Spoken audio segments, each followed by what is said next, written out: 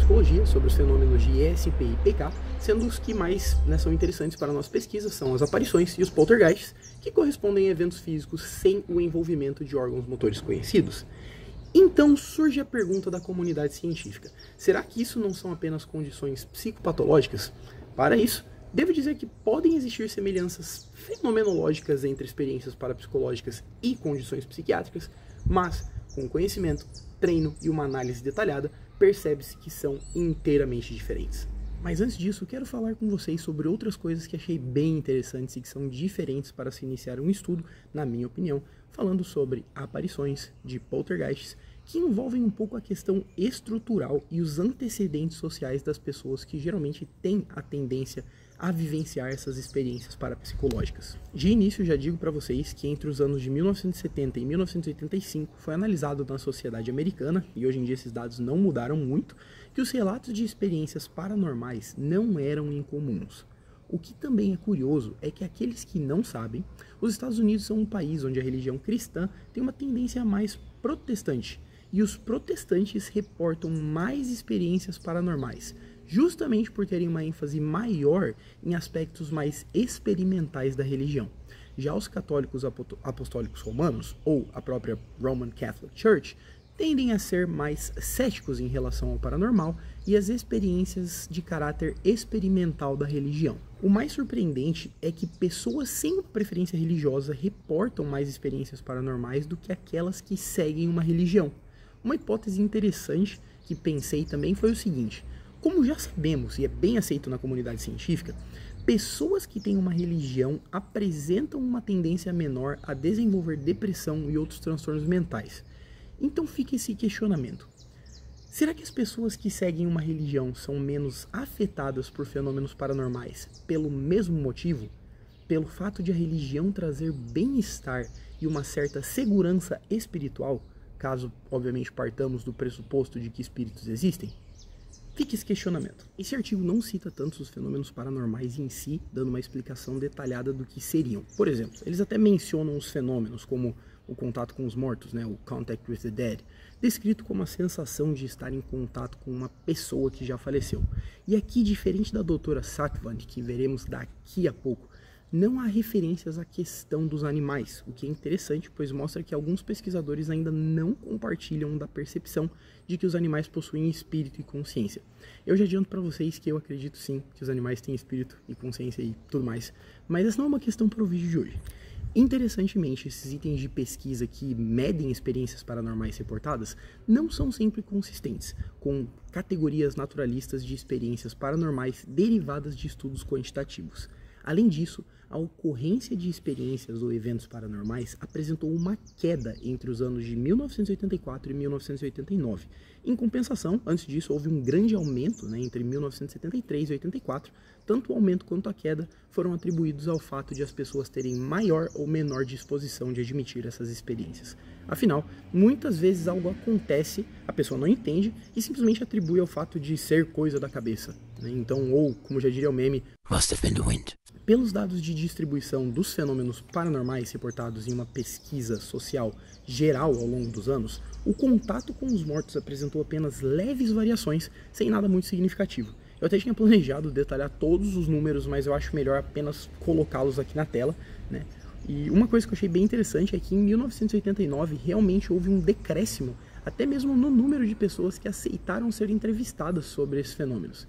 E isso mostra que mesmo sem avanços científicos nesse campo, seja para confirmar ou negar os fenômenos, as próprias pessoas acabam perdendo o interesse nisso. Eu atribuo muito desse desinteresse ao charlatanismo, pois foi um período em que, principalmente nos Estados Unidos, surgiram vários programas de televisão sobre contato com espíritos que depois foram confirmados como totalmente falsos. Ou seja, é por isso que eu digo, e já falei no vídeo anterior, e eu vou continuar mesmo batendo nessa tecla, que apesar de eu gostar muito de filmes de terror e estar animado para assistir Invocação do Mal 4, a sensacionalização desses fenômenos acaba prejudicando as pesquisas científicas sérias. As experiências paranormais de percepção sensória, clarevidência, contato com os mortos e misticismo, que nesse caso envolve ver entidades religiosas e fenômenos relacionados, compartilham um fator estrutural similar que se manteve inalterável entre os anos de 1984, 88 e 89, segundo os dados das pesquisas. Interessantemente, as mulheres são as que mais reportam experiências paranormais e foram as que mais relataram esses fenômenos nesses mesmos anos, de acordo com os levantamentos. Então, mulheres, vocês que têm esse contato um pouco mais facilidade com o outro lado, vamos pesquisar, porque chegaremos a uma resposta com certeza. Talvez em dias, talvez em 100 anos, nunca se sabe.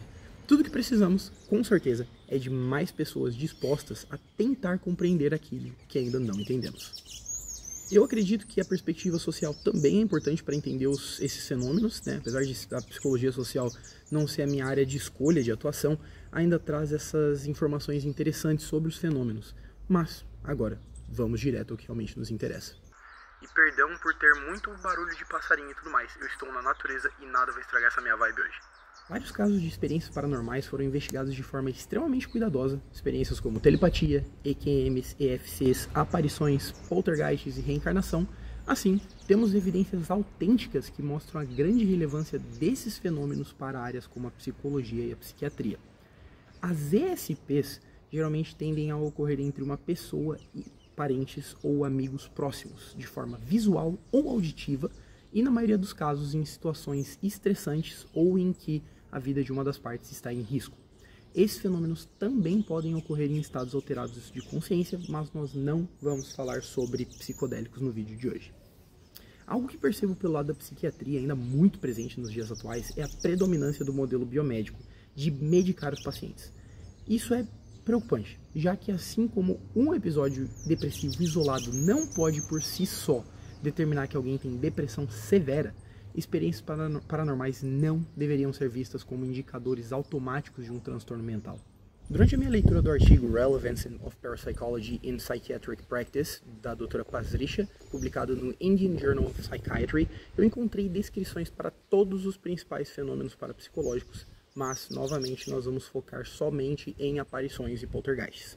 Vale a pena destacar que, apesar dela, de autora, trabalhar detalhadamente suas teorias sobre os dois fenômenos que são o foco aqui no canal, o principal interesse da doutora Pasricha é a reencarnação e as EQMs, áreas em que ela é considerada uma das pesquisadoras mais influentes no campo da parapsicologia, especialmente na Índia. Com relação ao que nos é pertinente, aparições sugerem a presença de uma pessoa ou animal falecido que não pode ser identificado normalmente pela percepção sensorial de alguém. Esse fenômeno paranormal geralmente se manifesta uma vez ou muito raramente. A maioria das pessoas relata uma ou duas experiências ao longo da vida e quando presenciam uma aparição a experiência tende a ser bastante estressante. Céticos costumam afirmar que aparições são meras alucinações, mas existem algumas diferenças entre experiências parapsicológicas e alucinações psicopatológicas. Primeiro, os detalhes de uma experiência paranormal correspondem a eventos reais. Alucinações, por outro lado, não correspondem a eventos mundanos reais. 2. Experiências paranormais duram alguns minutos e são raras ou muito infrequentes. 3. Aparições tendem a ser mais visuais do que auditivas, enquanto as alucinações psicopatológicas são predominantemente auditivas.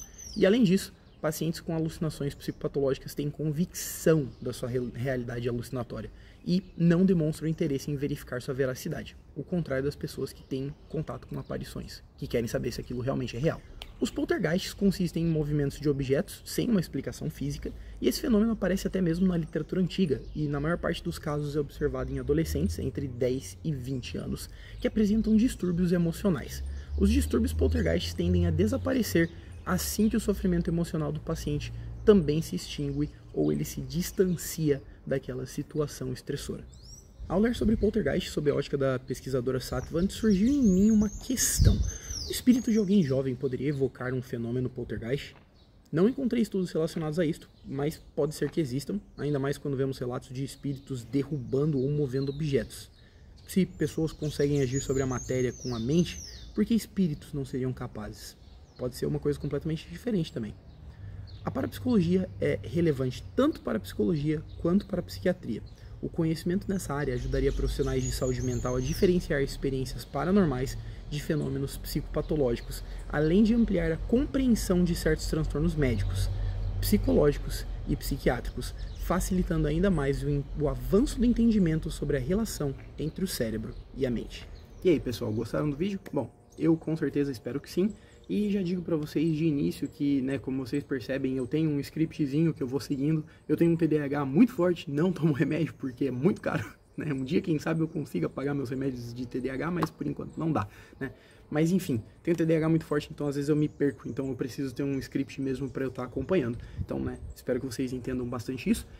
Foi uma pesquisa bem legal de ser feita, gostei muito dos 2 artigos, principalmente da doutora Sattvan Parisha. No geral era isso, muito obrigado a todos por terem assistido, não esqueça de deixar seu like, se inscrever no canal e comentar o que você acha. E se você tiver algum outro artigo interessante que eu possa ler, que seja realmente um artigo científico e não um livro de D&D, eu agradeço bastante. Então é isso. Muito obrigado mesmo por todos que terem...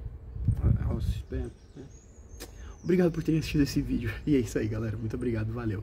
Tchau, tchau.